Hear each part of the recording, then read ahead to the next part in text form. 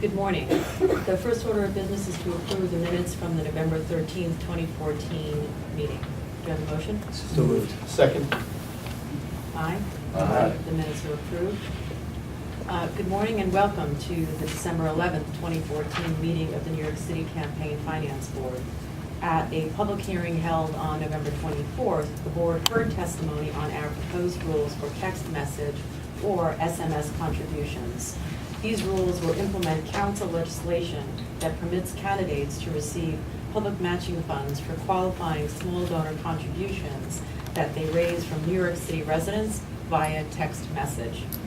We heard from a broad range of speakers praising this effort to expand opportunities for small donor contributors to participate in politics. A simple contribution process that takes just a few seconds on a mobile phone will make it easier for more New Yorkers to participate. The matching funds will amplify those contributions and give average New Yorkers confidence that their voices can be heard.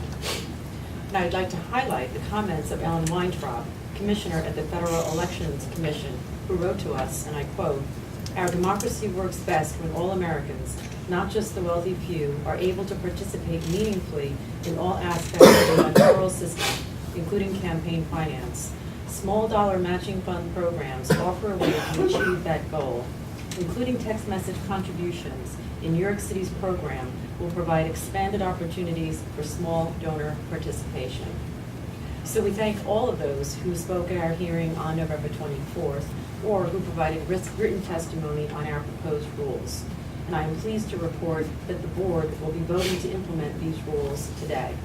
I now turn the floor to Executive Director Amy Loprest for her report. I have just a short report. A number of the staff and I this week attended the annual conference of the Council on Governmental Ethics Laws, an international group that brings together practitioners in campaign finance, government ethics, lobbying reform, elections, and freedom of information laws.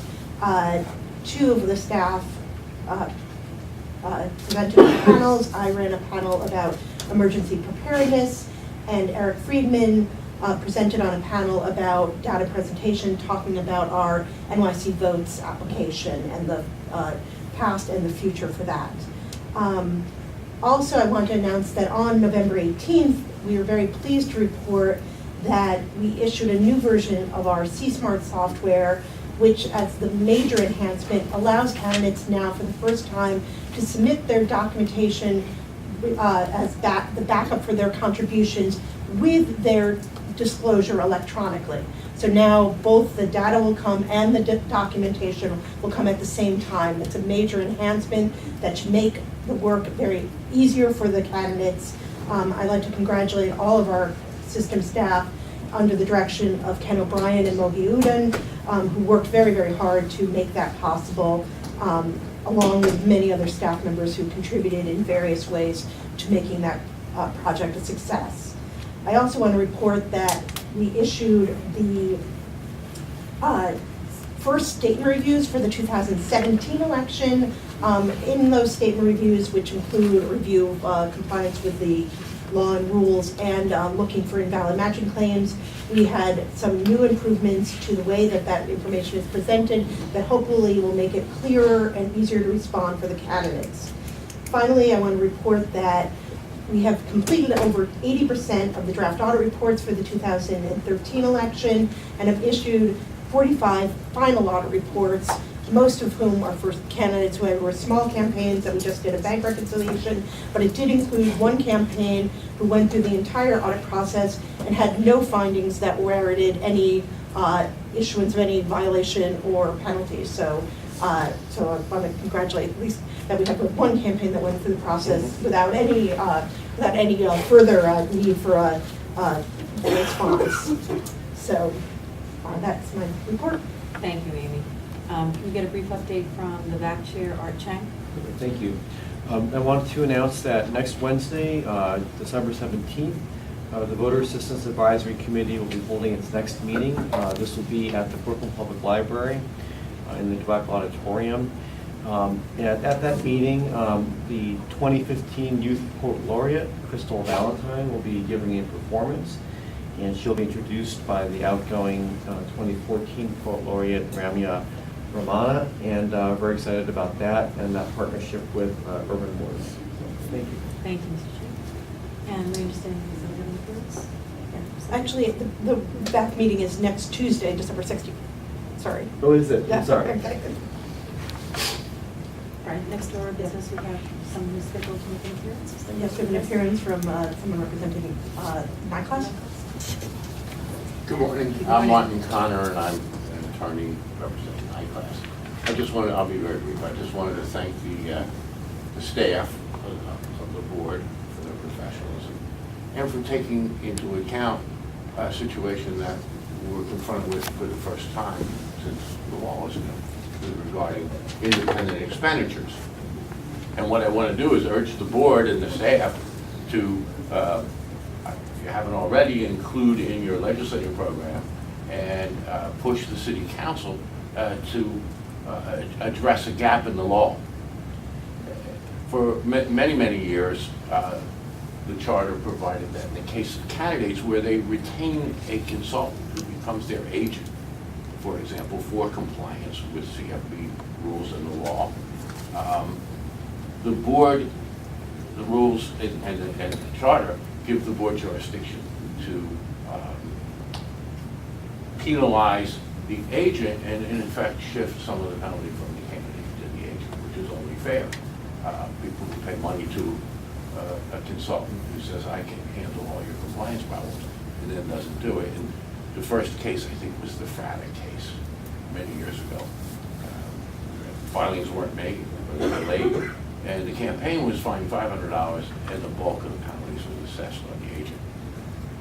What happened here is the Charter Revision Commission, the last one, I guess, under Mayor Bloomberg, in their haste to put something on the ballot, put an amendment on dealing with independent expenditures, but they left out liability for agents.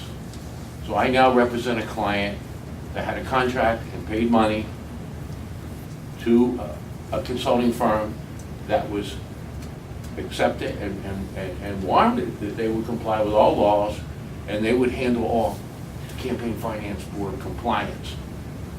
And we're here because, in the opinion of the staff, and we have no basis to quarrel with that, they didn't do that job. But my client has to pay the fine, the agent gets off.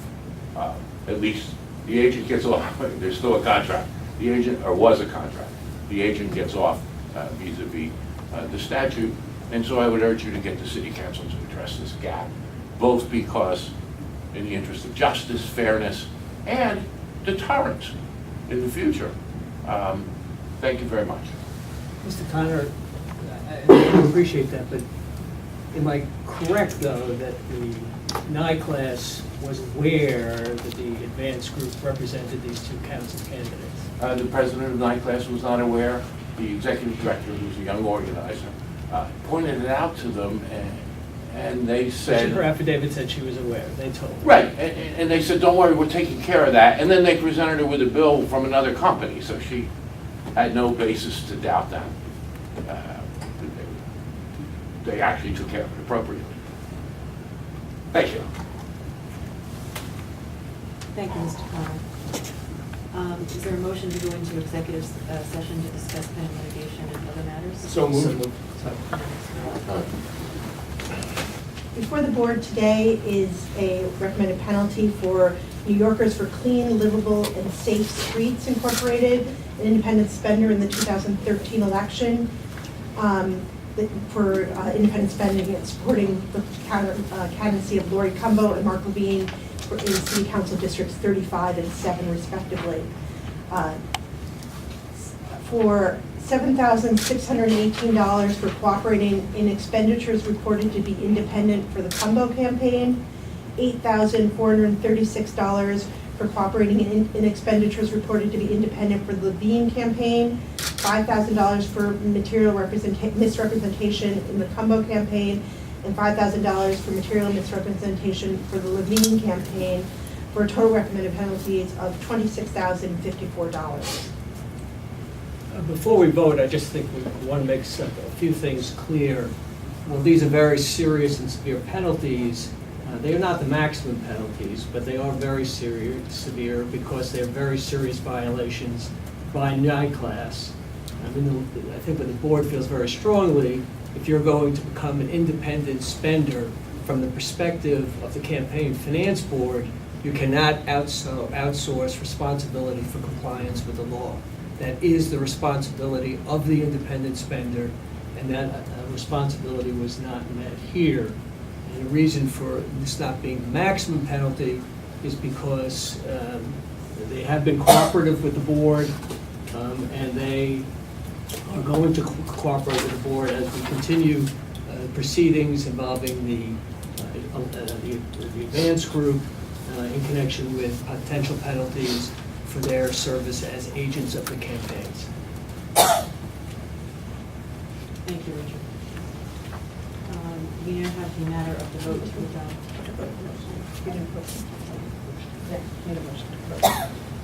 I'd move to accept the penalties as enunciated by Executive Director Lopez. Second. Second. Aye. And now we will turn to voting to adopt the final rules that relate to text message contributions.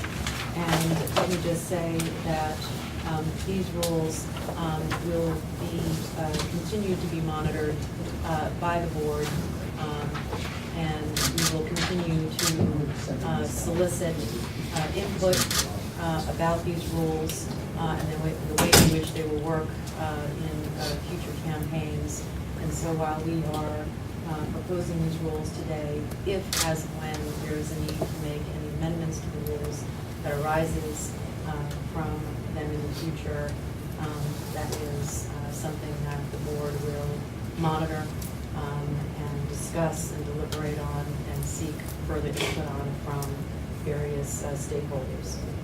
So with that, is there a motion to adopt the final rules that relate to text message contributions? So moved. Second. Aye. Aye. All agreed? Is there any further business, Director? To adjourn the meeting? Motion to adjourn? Aye. Aye.